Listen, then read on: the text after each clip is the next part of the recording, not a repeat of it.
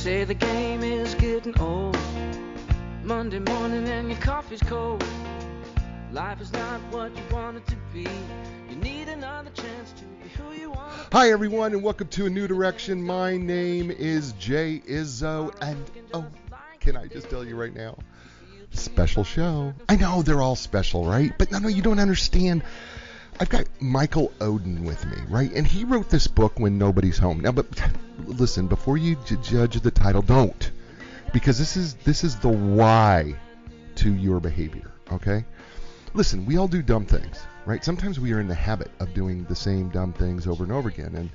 And for some of us, it can look like an addiction. For other of us, it can look like just doing the same dumb bad habits over and over again. And we don't understand why we do that behavior. Well, we have a behavioral specialist with us today. His name is Michael Oden, and he has literally studied thousands, near 10,000 people, and has a program that has helped literally 85% of the people that he works with. And what I love about this book, well, I'll talk about what I love about the book, but the truth of the matter is what I love about this book, When Nobody's Home, is this book is not for just people who are like drug dependent or alcohol dependent. This is people who literally, like you and me, we struggle, and we didn't come from, sometimes our homes did not give us all the emotional needs that we needed. And so he's got a great book out, and this book is going to be really insightful. And you're going to love Michael. He's fun and he's funny, but he's also incredibly serious. He's brilliant, by the way.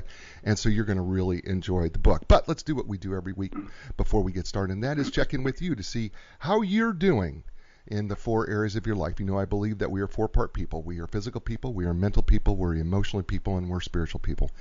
And so I like to ask you, checking in every week, on a scale of 1 to 10, 1 being miserable, 10 being outstanding, 5 being somewhere in the middle, average. How are you doing physically? How you feeling? How's that? How's your body doing? Right? Are you doing everything that you need to do to take care of your body? Right? Are you exercising, eating right, doing those little simple things, right? What's that number for you between 1 and 10, right? And then the question I always ask you is, and I ask you this every week, all right, whatever that number is, how do you get to the next number, right? What is it that you got to do today to get yourself, if you're physically 5, right, average, right down the middle, how do you get yourself to a 6? What do you need to change? What do you need to do? Can you start doing something right now physically, right? Can you get up, walk around? Can you maybe go out, do something? Can you be a little bit more active? Maybe you've left that gym membership just lapse a little too long and you need to get back in there. Or maybe it is you need to, put the fork down. Maybe that's as simple as that. But what do you got to do to change what you need to do physically so you can get to the next number? All right, so you got your first number. Okay, second number is, how are you mentally, right? Same scale, 1 to 10, 1 miserable, 10 outstanding, 5 is average. How are you doing mentally? And you go, Jay, I don't know, mentally I feel like I'm fine. No. What are you feeding your brain, right? What are the things that you're feeding your brain? What is the information that you're taking? How are you growing your knowledge? How are you growing your wisdom? What are the things that you're consuming, right? Because we could consume bad things and good things just like we can good things and bad things when we eat. We can do the same thing for us when it comes to our mental state, right? And we have two sides of the brain. We have a right side of the brain that's creative and fun and tries to come up and try to make things happen. And then we have this logical side that's very linear and very mathematical. So we need to feed both halves of those brains. So what are you doing to feed your brain in the right way, right? And what do you need to change, right? So whatever that number is, if your number today is, well, Jay, mentally I haven't really consumed very good information, and the truth is I'm not really reading, I'm not really doing anything, I'm just kind of letting the TV happen, right, instead of me really consuming. So what do you need to do to change that? Read a book, take up an instrument, maybe you learn a foreign language, whatever it may be. What do you need to do to make that change? So you got two numbers, right? You got your physical number, you got your mental number. And then third, what about your emotional number? And you go, emotionally? I thought that's mental. No, see, emotional is different, right? Emotional is how you feel and how, and we call it emotional quotients or emotion intelligence. And really, it really boils down to really a couple things. One is, how well are you able to control your emotions when you're under stress and bad things happen to you? And by the way, that's all intentional. And then the second piece to that is, how well are you able to connect or really relate or emotionally connect to other people around you? Because that's the other key, is how well are you able to really tune in to other people emotionally? Because when you're doing that, right, because when we're able to tune into others, right, and we're really listening, right? And Michael's going to talk about really listening. When we're really listening to other people, we're actually relating to them on an emotional level, not just a mental level or not just physically being in the presence. We're relating to them on an emotional level. So what do you have to do in order to improve your emotional intelligence or your emotional quotient? All right. So you've got 3 numbers, right? So far we got a physical number, we got a mental number, we got an emotional number. How about your spiritual number? And what do I mean by that? Well, the fact of the matter is there's some things we just can't explain with science. I know there's all of you are out there going, okay, we just can't explain it yet. No, I'm telling you that there is just some things we can't explain. There's something about the soul. We say it all the time, like music will touch my soul, or there's something that touches me that I can't explain and I don't understand it. Sometimes, love is not a feeling. Love is something that's much greater and much bigger than that we can't explain. And so that unexplainable that you have faith in, that you rely on to keep you centered, to keep you at peace. Right? What are those things? It could be God. It could be karma. It could be nature. It could be meditation. It could be a variety of things. But what is that thing that brings you back to center, that gives you peace, that centers you back? That's the spiritual stuff that I'm talking about. And on a scale of 1 to 10, 1 miserable, 10 outstanding, 5 is average, how are you doing with that?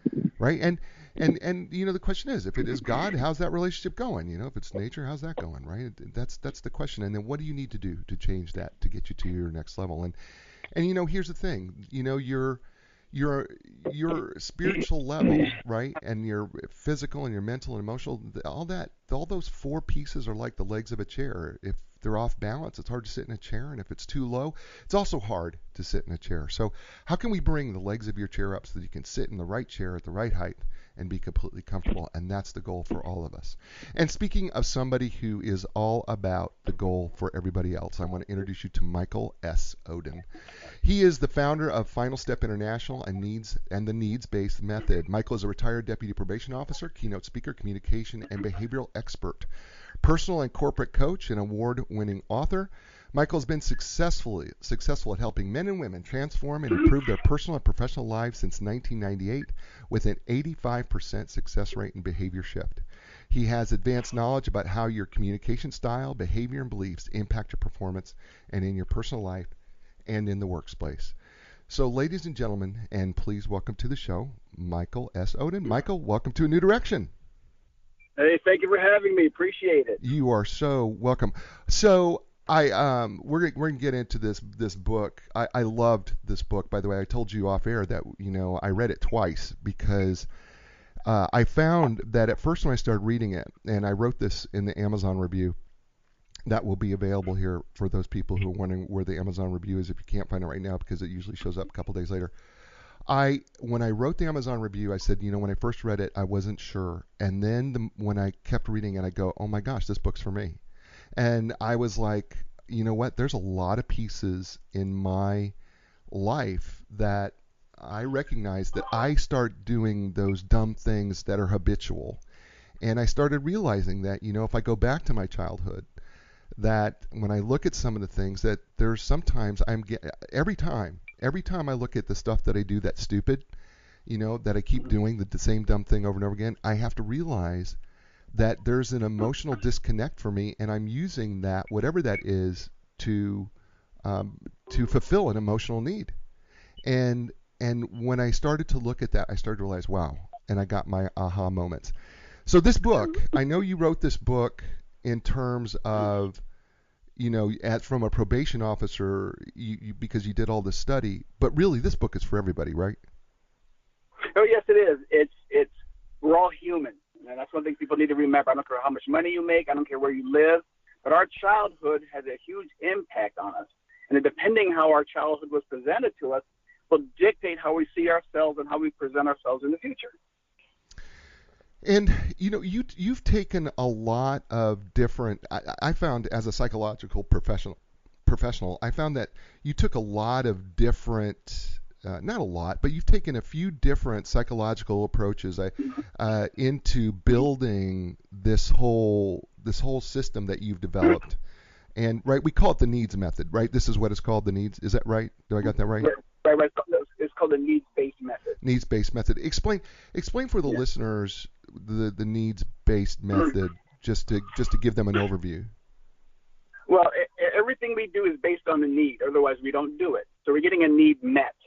So I decided to define it as finding the behavior, finding behavior behind the scene. We're uncovering your behavior to see why you do what you do. And the reason is because most people don't know why they do it, like you mentioned before, because they're so up and close and personal to the action that you can't see it. My job is to pull you back and see what need is being met by you doing what you do. And once you find that out, you have a high propensity to change because you now understand why you're meeting that particular need. Do you find that we sometimes just don't want to look back at our past? That is the number one fear I've had in many of my clients. No one wants to look back because no one wants to realize that the main people in their lives who they looked up to as their heroes, hence the hero's journey, that they don't want to admit that they were unable to meet their needs as a parent or caretaker growing up, and it's very painful. I noticed that one of the things in this book that you do is, and matter of fact, I've been, following you on LinkedIn, and by the way, you can follow Michael on LinkedIn and Twitter as well. You can just look up Michael S. Oden, Oden, and by the way, here for those people who are watching on Facebook Live, and I know you can't see it, and thank you Castbox FM Live people for being with us. The book's called When Nobody's Home: The Why to Your Behavior. But you can look Michael up, and you can follow him on Twitter and also on Facebook and also on LinkedIn. And I've been following you recently, and one of the things I followed you is you've been talking a lot about the hero's journey, because I really have found that seems to be something that's really, really important to you and also as part of When Nobody's Home. Can you enlighten people? I know we're going to talk about it more in depth, but can you enlighten people onto the hero's journey and why that's so important to this book and to you? Yeah. The hero's journey is really by Joseph Campbell, who studied almost 3,000 about 1,800 cultures around the world, and they all had one thing in common, and that's the hero's journey, and that's the journey an individual takes in order to go full circle into discovering themselves, getting rid of bad habits, increasing good habits, finding out what your strengths are. And here's the main thing, and it's called the sixth step. Is called the supreme ordeal. Facing that thing in your life that has caused you pain and caused you not to move forward and fulfill your potential. And once you get past that potential, then you go back. Once you get past that supreme ordeal, you're able to get the reward and go back with the information you collected and start over again. And what that does, I use that because it's easy to explain to somebody what we're going to do on our journey to get you whole again. I really, I never thought about applying the hero's journey to, the idea of, okay, listen, whatever I'm dealing with, right, whatever my crud is, my dark side, I sometimes call it the dark side, right? I do. I mean, because, here's the thing about the hero's journey. Is there any better example of a hero's journey in movies than Luke Skywalker having to go through everything he went through to finally dealing with his father and then becoming a Jedi and making that come full circle? Is there anything, to me, that is the ultimate, movie trilogy of the hero's journey, right? Oh, absolutely. Beautiful. And guess what? What you just said epitomizes the movie industry. Every movie you see is about a hero's journey. Right. And the ones I can pick out are the is it Neo and what's that movie called? When he holds the hand up and stops the bullets. Matrix. Yeah. Right. And then we have the ones with the golden rings with Frodo and Gandalf. Right. Yeah, the right, Lord of the Rings. Yeah, Lord of the Rings. Yeah, right. Lord of the Rings. Right. So those are perfect examples of a hero and what they need to do to get to where they have growth, empowerment, and they all return home. Yeah. I really love that, and I really love because my big thing about any time that we ever write, when an author writes a book on psychology and benefits other people, one of the things that I always say is, how can you make it applicable? And I love the hero's journey that you use actually throughout this book to help us understand how it is that, this is how we're going to deal with whatever we've got to deal with it, whether, whatever the addiction is. Exactly. I love and you notice in the hero's journey, you start out in the ordinary world. And the first step is the refusal of the call, because most people don't want to make that step to go, I want to change. Right. But I'm afraid to. and something may push you into that direction that keeps you going. And all of a sudden you meet your mentor who will guide you along this journey to where you need to go. And Michael Oden is that mentor, and we're going to talk to him right after we do this. You know what? Today's show is brought to you by, who else? Inline Business Brokers and Advisors, and they partner with business owners when it is time to sell their businesses. So when it's time to sell your business, contact the professionals at Inline Business Brokers and Advisors. You can find their Facebook page, and you can find them on Twitter. You can find them on LinkedIn, but you can just go to nline.com. That's ENLIGN.com. And also Linda Craft and Team Realtors. It doesn't matter where you're at in the world. If you're looking for the right realtor, contact Linda Craft and her team. They can find you the right realtor that can help be the right expert to help you sell your home or buy your next home. Or if you happen to be in the Research Triangle Park area, that's Raleigh, Durham, Chapel Hill, stop in and find out why they are the legends of customer service. And you can learn more by going to lindacraft.com. That's LINDACRAFT.com. And we're back here with Michael Oden, and he is the author of this outstanding book, When Nobody's Home, The Why to Your Behavior. So, Michael, let's just dig right in, because there are some staggering statistics that I want to kind of get to here, and what you wrote in this book. And I want to talk about the orphan child. I know that chapter 1 has some other things, but really this thing is about the orphaned, abandoned child. And I know that I'm going to have a lot of people say, well, I was never orphaned or abandoned. But there was a time in the 90s where we called these kids latchkey kids. Do you remember that? Oh, yeah, absolutely. Right? Yes, there was no parent. There was no parent at home, because sometimes I hear people call these parents were called dinks, some were called dinks, but some had kids. Right? Dinks are double income, right. No kids. But then a lot of these people had double incomes with kids, right? And they were, and so, yeah. But there wasn't a parent at home, and what you found is that what was happening was, well, I'll let you explain it. What happens when the child has no parent or at home, and then we'll get into especially the father figure. Well, what happens, a child looks for consistency from the caretaker. Are you going to be there when I need you to be there, when you get home from work, when I go to bed, when I wake up?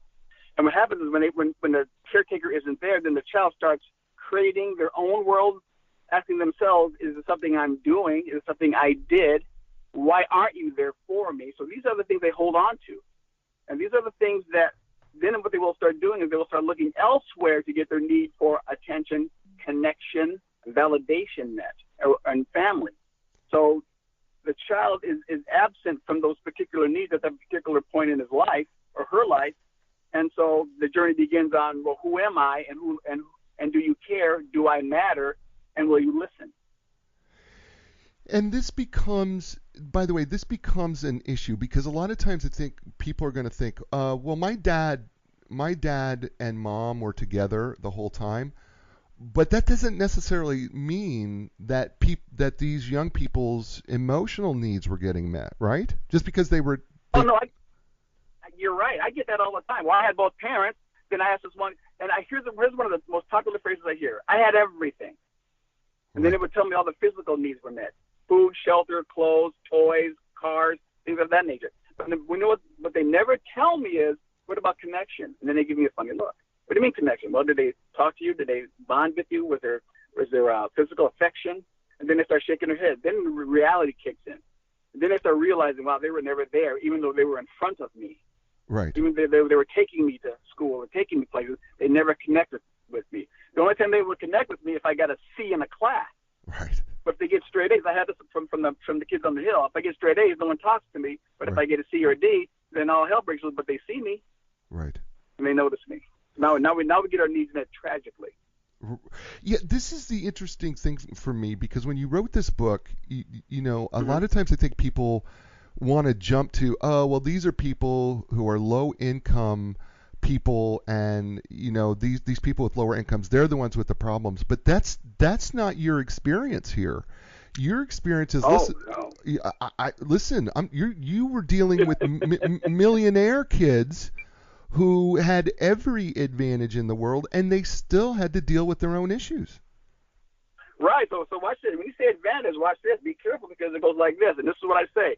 I get the rich kids on the hill, and I got the guys in county jail. And the rich kids on the hill, their fathers were producers of movies, big-time lawyers. Guess where they are all the time? They're gone. Right. Then you go down off the hill, and these guys' kids, their fathers are in jail. They're gone. Right. So they're both gone. Right. You get away with more stuff on the hill, and you get to do other things that you can't be seen. Down in the hood, what you get is you're on the street now, joining a gang and doing your thing. But the problem is the same. Right. The problem is exactly the same, right? Because yes, it is. Because the thing is, if the parent is absent, the parent is absent. And if the parent is absent emotionally, it doesn't matter what your income bracket is. If the parent is absent emotionally, the things that you were talking about here in When Nobody's Home can still occur. And do occur. It still occurs. It doesn't matter. It doesn't matter, sir. We're human, and all we want is to be valued, heard, loved, and cared for. So I'm wondering, doesn't matter where. You talk about, in chapter 2, you talk about the fatherless child and the importance of the father. Mm-hmm. Why is the father figure so important to the essence of When Nobody's Home? Why is it the father that you really put a lot of pressure on? It's because I had mostly male clients as a probation officer. I had most of those 10,000 people were male. I say about a few hundred were female. So I had female, and they were missing their fathers as well. And the father establishes the not the authority, but the what they call the protector. Right. You know, the one who makes the family secure. Right. And what happens is because the boys. This is what happens to the boys. This is what I tell my clients. And this is why the girls do better, because the boys are looking for that person they're going to become. And when they hit the age of 8 to 10, they look around. That guy isn't there. They don't know who they're going to become. The women, the mother usually stays home and takes care of the child. So they have someone, so they know who they're going to become because they're still there. So they have that role model. And the boys look in their direction. There's nobody there, so they get lost, and they're scrambling through life, joining gangs and doing all kinds of life-diminishing behavior in society. And so that's where the father comes in, because especially for boys, because that's who they're going to become. And if you don't have it, then they're lost. Yeah, I found this to be really, really intriguing. I just want to read some of these statistics that you quoted in terms of fatherless children from fatherless homes, and we're not talking about fathers that were absent physically, but we're talking about fathers who were absent emotionally. So listen to this. Children from fatherless homes are, this is from Michael's book, by the way, 5 times more likely to commit suicide, 32 times more likely to run away, 20 times more likely to have some sort of behavioral disorder, 14 times more likely to commit rape, 9 times more likely to drop out of high school, 10 times more likely to abuse chemical substances, 9 times more likely to end up in a state-operated institution, and 20 times more likely to end up in prison. And then there was some really staggering other pieces that I was just like, what? And it was like, daughters of single parents are 53% more likely to marry as teenagers and 164% more likely to have a premarital birth and 92% more likely to dissolve their own marriages. Michael, these are staggering statistics. I've seen them come through my office for 20 years. I mean, and to them, it's a normal way of living. It's a normal way of looking at the world. Basically, surviving is the best you can. What happens is we try to make up for what we didn't get as a kid. Right. If we get married, we think that person's going to solve our problem. If we have a baby, then that baby will love me. I get that from the women. You know, if I have this family, if I do these things, my life will be better, as opposed to looking back at the past about the people who were unable to be there for you, which are your caretakers. And we talked about this earlier in the show. Some people don't want to look. Yeah, and but those who do look have an advantage. Yeah, right. We get in denial here, right? I mean, we just right. Which, by the way, denial for those people who are playing at home, the denial is I have an acronym for denial that my wife gave me decades ago, and it is don't even know I am lying. Okay, that's nice. Right? That's denial that my wife gave me. And it's really true, right? Because we don't even realize we're lying to ourselves. Because the truth of the matter is, even if we are in a marital situation, and this is the thing that really struck me. Let's say you're married, and let's say okay, I'm married and I'm not happy, but I'm not going to divorce my spouse. So what is something that sometimes married couples do to try to feel like, they'll go, okay, we're just going to have a baby, right?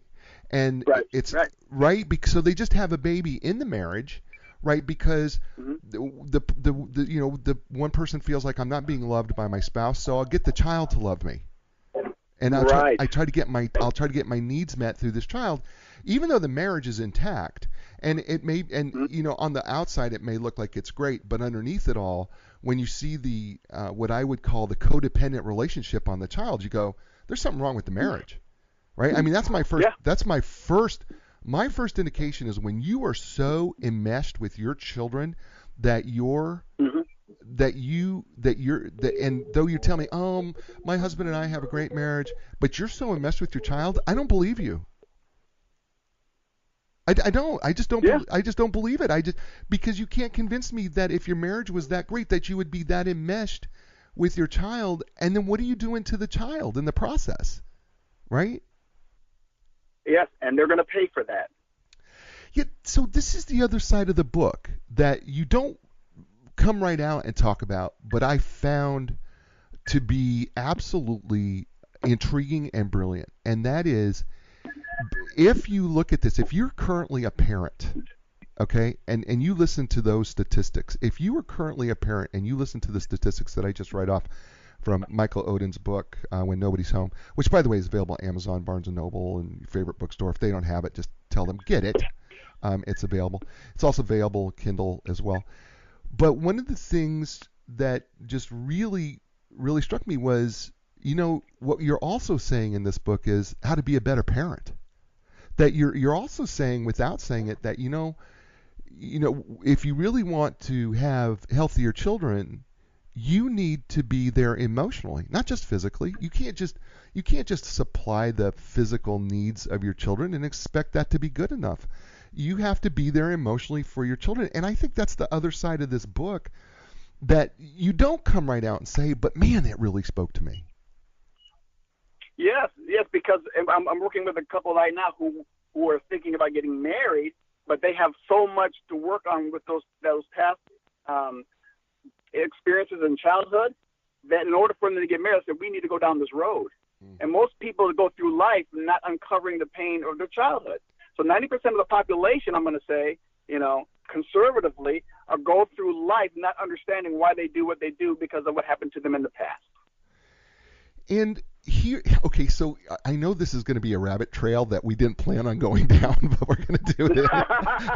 We're going to do it anyway, because this is why I love the book so much, because it made me. I mean, this book made me think hard, right? And here's the thing: is like if you don't, as a parent, if you don't address your own emotional needs that didn't get met, right? Right.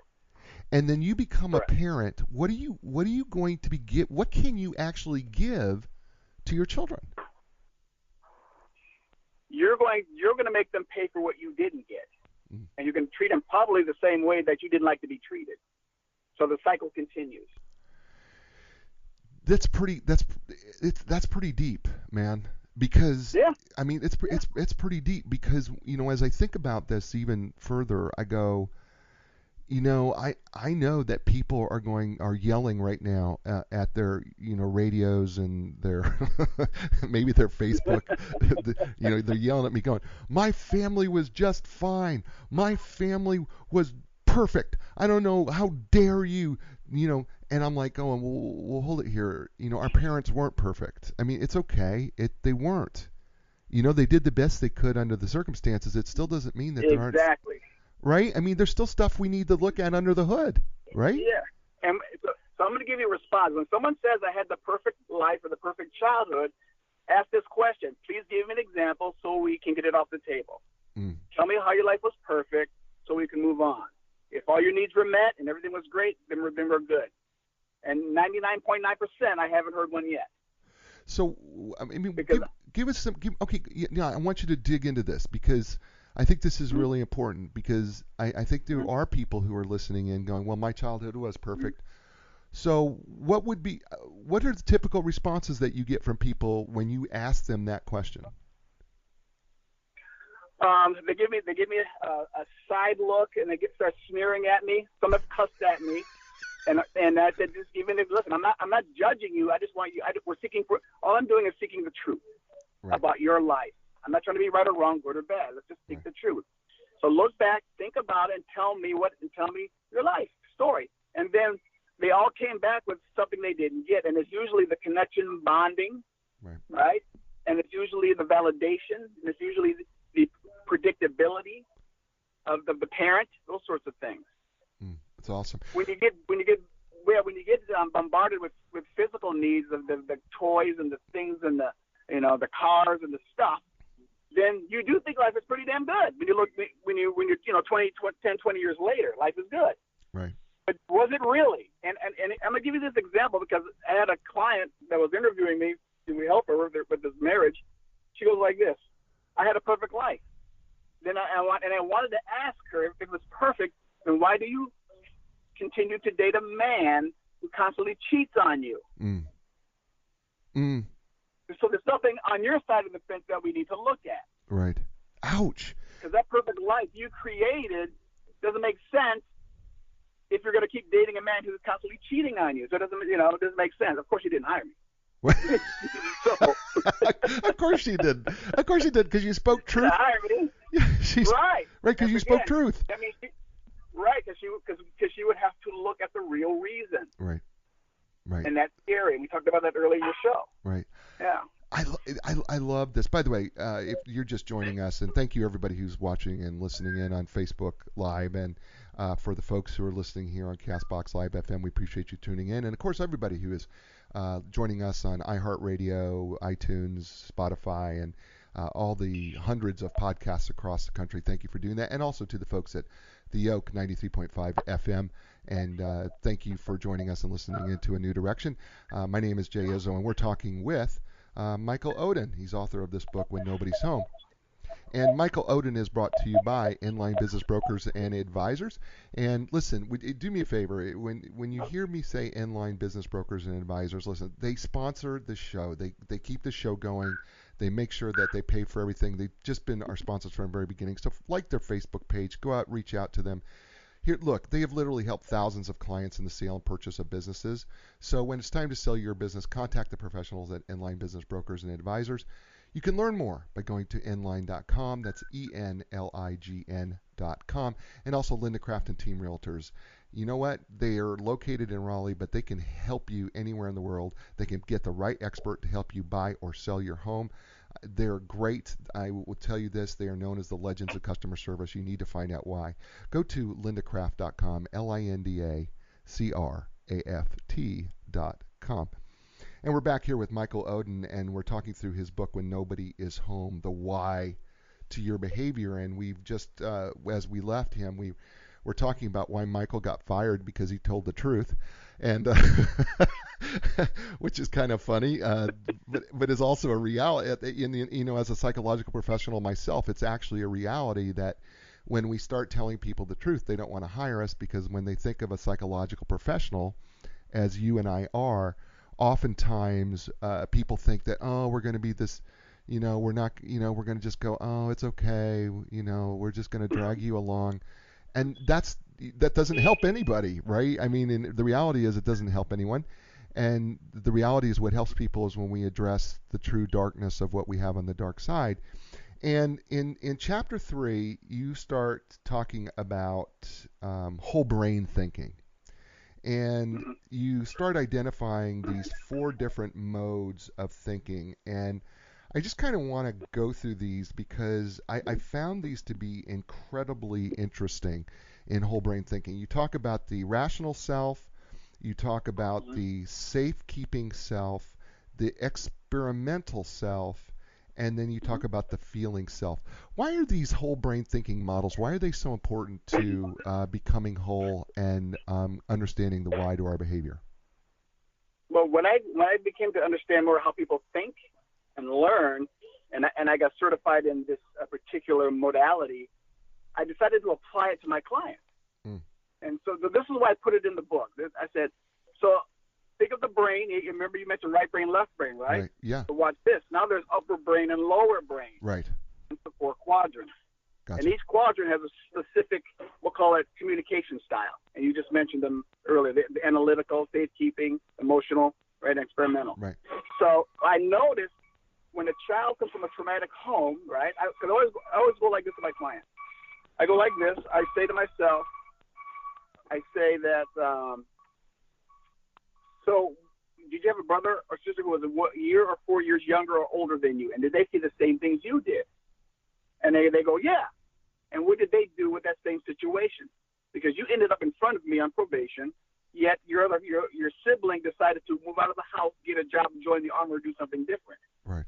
And when I gave them my test of the whole brain, the ones who left home were left brain. They were analytical. They analyzed the situation. They knew they weren't going to get their needs met, so they made a decision to move on. The emotional people, the red, the lower right brain, said, I'm waiting for my parents to validate me.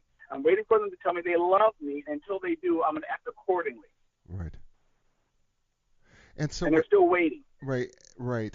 And so then what happens is, I think one of the things that you talked about, which I found really interesting, was that we have a natural style of thinking. Exactly. But oftentimes we really, if we don't get our needs met in the right way, we cover it up with other things.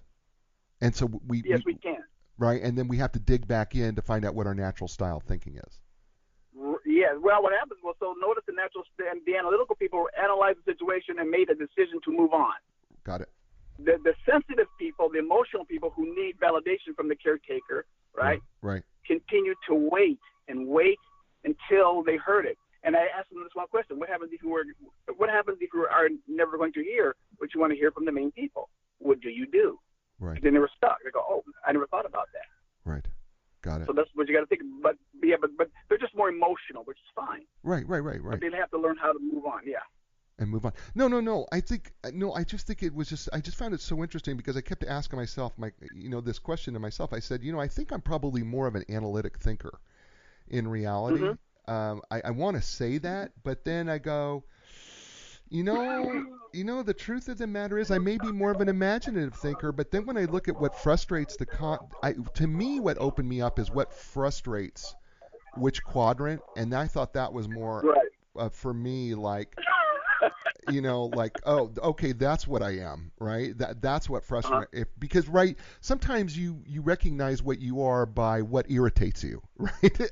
And exactly. Right, and so I found myself going, oh, well, what irritates me? And then I went, oh, well, here's what irritates me, man. What irritates me is repetition, you're slow paced, you're playing it safe or by the book, right? You're absent of humor and fun, right? And then all of a sudden I went, oh, you know what? I'm an imaginative thinker, right? Because the fact you're yellow. Right. Because the fact of the matter is, you know what? If you have an absence of a clear agenda, I could care less. Because I like to fly by the seat of my pants. Because I do. Because I can fly by. Isn't it wonderful to know where you? It's wonderful to know where you stand, isn't it? It is. How you communicate. It really is, because it didn't matter. I mean, okay, so you're disorganized. All right, so be it. Who isn't disorganized? I'm okay with that, right? But I know that my wife, that would drive her crazy. Right? Because it's the term opposites attract. Absolutely. It's so true. Michael, it's so true. It's so stinking true. And we can't be any more opposite, like I'm 6'5", she's 5'5", right? I mean, there you go. Right. Because we like what the other person can do that we don't. It is, and it's the same thing that drives us crazy, right? It's the same coin on the opposite side, right? So what we love about them is the same thing that drives us nuts, right? And it's, exactly. It's so true. And it only works if we appreciate their differences. Absolutely. Yeah. It's so true. So now I'm going to move on to a really touchy subject because, and I've dealt with this subject before on this show, and I've always said that a new direction is not afraid to, when it comes to life and relationships and careers and business. I have never been afraid to shy away from hard subjects. And one of the subjects that you bring up in chapter 4 is physical and sexual abuse. And it's something that we don't want to talk about. It's something that we kind of want to ignore and turn away from it. And if anybody out there is listening, and Michael and I are not here to shame you. We're here to hopefully help you and enlighten you in some way. But the fact of the matter is, physical and sexual abuse occurs way too frequently in this country, and in every country, but in this country in particular that we live in. And it creates a huge amount of shame. So I would love for you to address that to the folks who are listening in, and how we can be helpful. Well, here's when I've had women who've been sexually abused and men in a lot of shame. What I get them to do first is take the onus off of them. We have to understand the perpetrator. Right. We have to have empathy for them, because why would they do something to their own child like that? Why wouldn't a person try to enhance their child's life? And we go back to what we talked about in the beginning. They don't know how. They too themselves are wounded, and they're so wounded that they're even willing to harm their own child, and they can't see it. And for them to harm their own child tells me they're meeting their need for empowerment tragically. Does that make sense? Right. No, it does. I will even sacrifice my own child to get my need for self-worth met. That's how bad it is. So I get the client to understand where the parent came from, because who did something to the parent. And what happens is, they say this to me: you mean to tell me I'm not a bad kid for what they did? No. What it is you are the kid who's paying for the pain of that particular individual.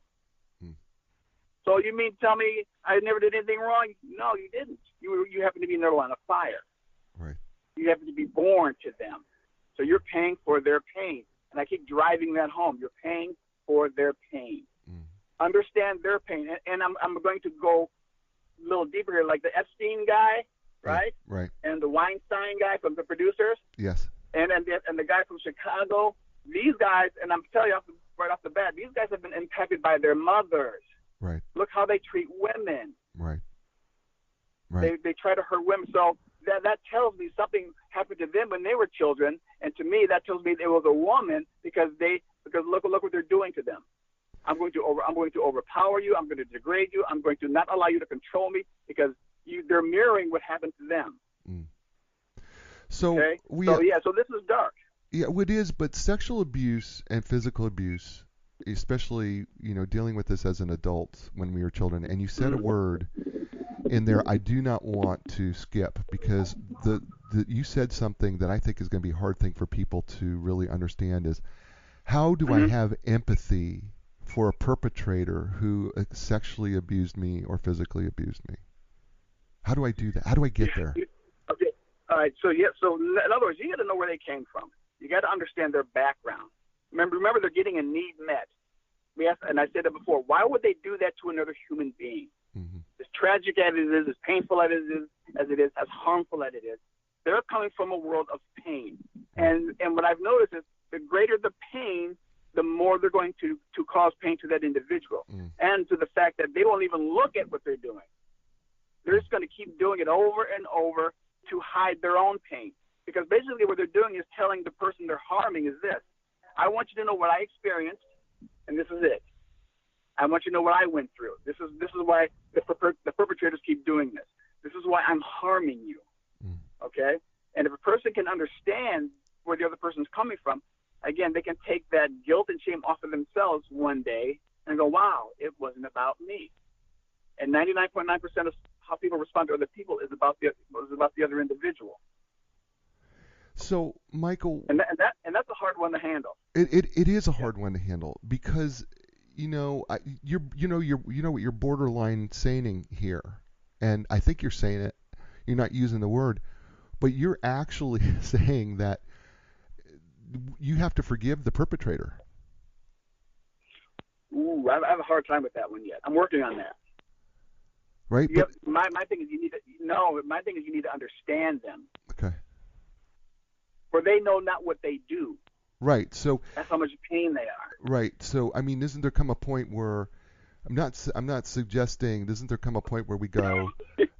Yeah, no, I get it. I mean, I'm right with you. Yeah. But I mean, but isn't there a point where we have to literally, say, okay, I wouldn't let them, in the car with me, but I do have to forgive them so that they're still not right? Because lack of forgiveness is, drinking poison and hope the other person dies, right? I mean, that's kind of what we're. Yeah.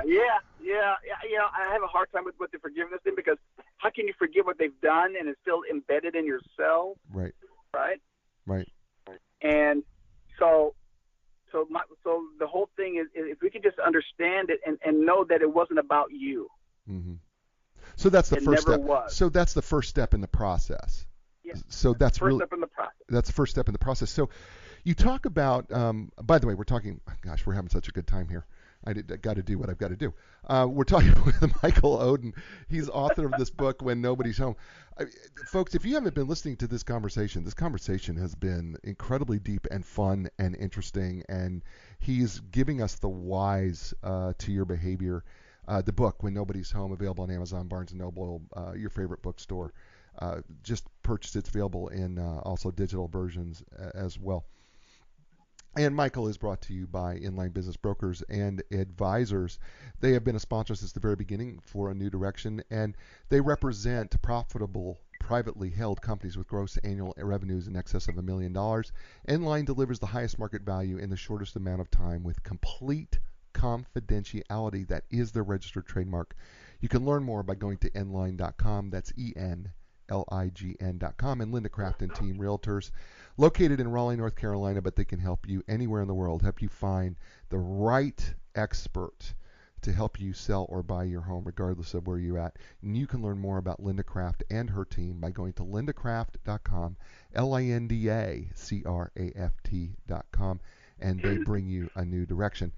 And today on A New Direction, we have with us Michael Oden, and we're really digging into here a little bit about, if you're not ready for that and you just joined us, we've been talking actually about sexual abuse and physical abuse and having empathy for the person who did that. But I want to talk about this thing called the shame cycle, because you make a really big effort to talk about shame.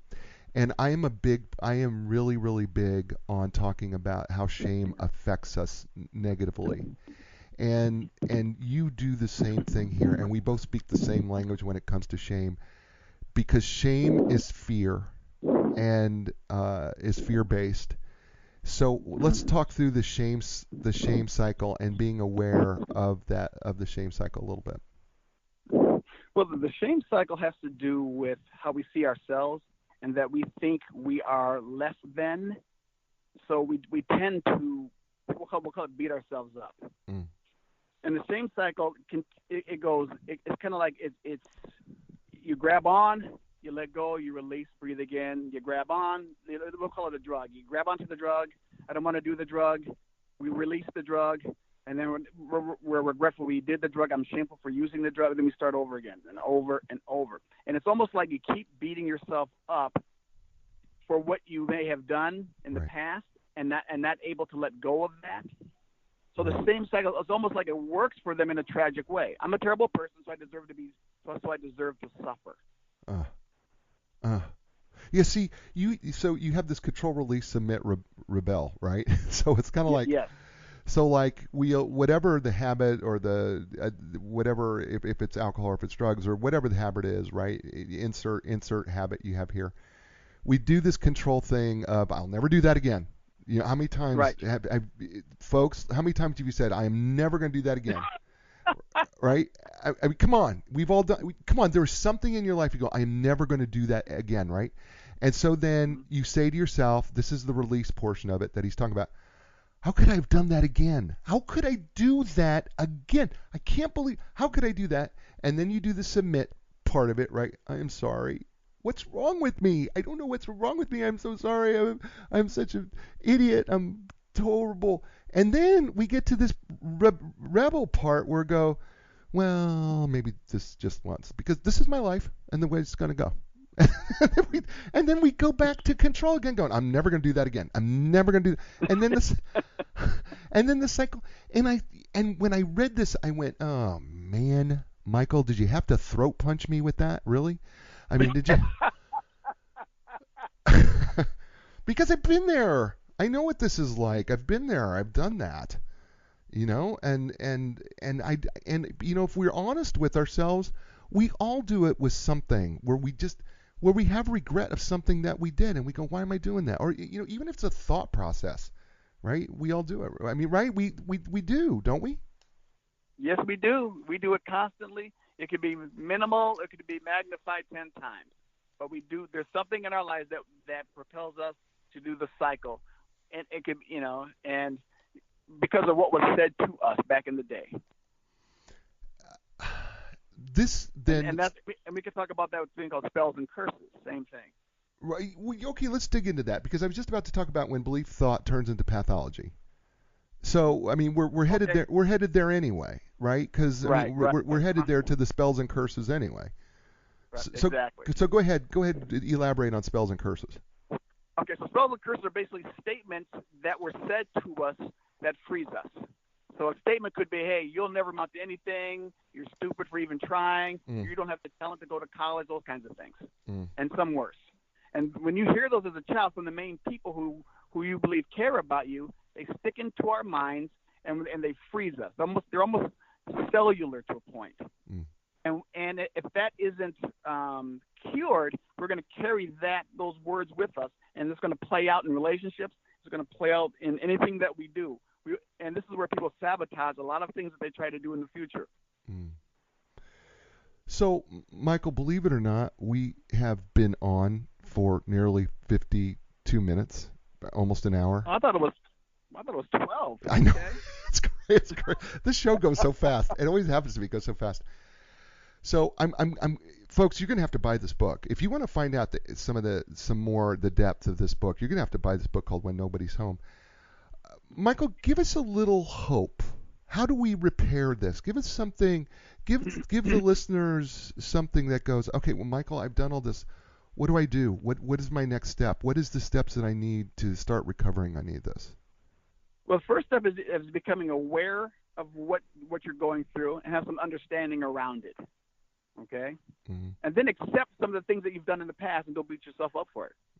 The things you had to do in the past were probably survival mechanisms. They're not right or wrong. It's just your way of getting a need met for survival back in the day.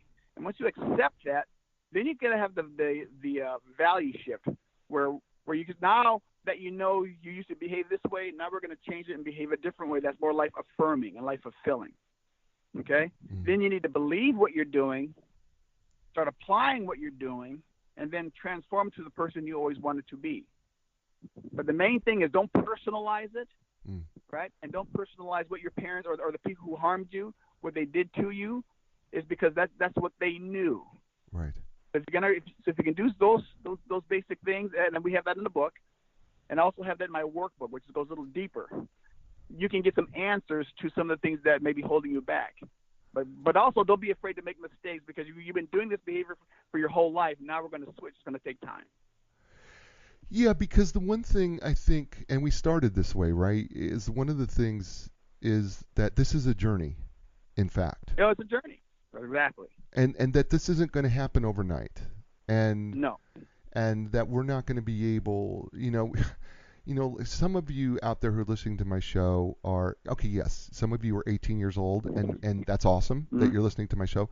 Some of you are 68 years old, okay? Right. And you've been listening to this show. So, right, I mean, some of this can be a longer journey for others. Am I right in that? It is. Yeah, I think the people who get it early, the 18 to 20-somethings, 30-somethings, they're going to have a head start, or they're going to get it earlier in their life, and they get the rewards later down the road as they become whole. But if you get it later on, at least you're getting it, and then maybe you're going to experience life like you always wanted to, but you never could because of the stuff you've been holding on to and did not know how to get rid of. This begs me a question that I have as I listen to you speak, and that is, how do you get us to look at our dark side? How do you get us to look at we talk about the shadows, and we didn't talk about some of that, but we do have the shadow for, we have the archetypes that you and I talk about. But how do you get us to look at our shadow? How do you get us to look at the darkness? I've created a 7-step needs-based method system for you to do that. Okay. Where you take a step back and become aware of where you've been, and not judge yourself for what you've done. That's the main thing. Don't blame anybody. Don't shame anyone, or especially yourself. Know that there's no right or wrong. It's just getting a need met tragically or life affirmingly. And if you can do that, that's the start. And be around someone. If it's something that's really, hurtful and dark, be it maybe you can share this information with them. Share it and just be ready for the cathartic, shall we say, purging of the pain. I've had people scream because of the pain. But once they let it out, their life has been different ever since. That's awesome. I normally ask my guests now, friend Michael, I usually ask them to, if you were to give people, the show's called A New Direction because we help people find a new direction in their life or their relationships, their careers, or their business. I usually ask them, if you could leave people with a new direction based on Nobody's Home, and getting to know the why to your behavior, what would that new direction be from Michael Oden? Don't be afraid to take the first. If you want to change your life and there's something in your life that you don't like what you're doing and you want to do different, don't be afraid to look. Or you can be afraid, but be brave enough to look. Wow. Because once you're brave and you take that first step, right? Then you're on your way to the hero's journey. And then your life will be different. And then you get to come to our side of the fence and go, you're one of us now. Wow. I love it. His name's Michael S. Oden. The book is entitled When Nobody's Home. You can find it certainly on Amazon and Barnes & Noble. And listen, why not check out michaeloden.com? That's michaeloden.com. By the way, it will be in the blog write-up of this show, so you'll be able to see, so you can click on it and see this as well. Michael, you've been outstanding. Thank you so much for being on the show. It's gone so way too fast, and the book is outstanding, and I really am grateful that you wrote it. And so thank you from the bottom of my heart and the listeners' hearts. Thank you so much for writing this book. It's just simply fantastic, and it's just I can just see it helping so many people, and you already did today, and I just want to thank you for that. Folks, that's the show. Thank you so much, everybody, for being here. I want to just say this, right? Be inspired, because when you're inspired, that means you can inspire other people. And in turn, that means they can inspire others, and that can make this world a great place. So, folks, join us next week when I have another great guest who's going to help us explore something in this great world to help us find a new direction. And as I say every week, you know what it is. Ciao, everybody.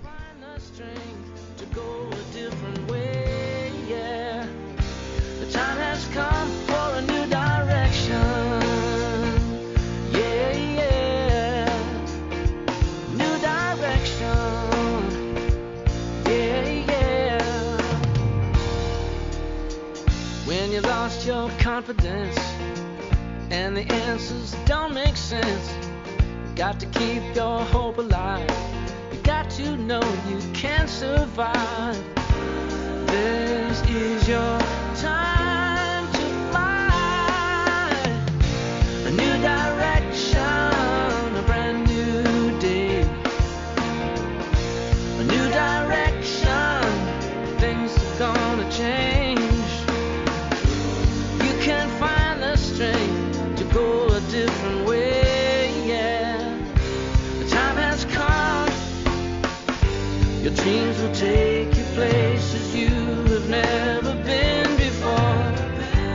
Find your passion, find your strength. Don't worry anymore. A new direction.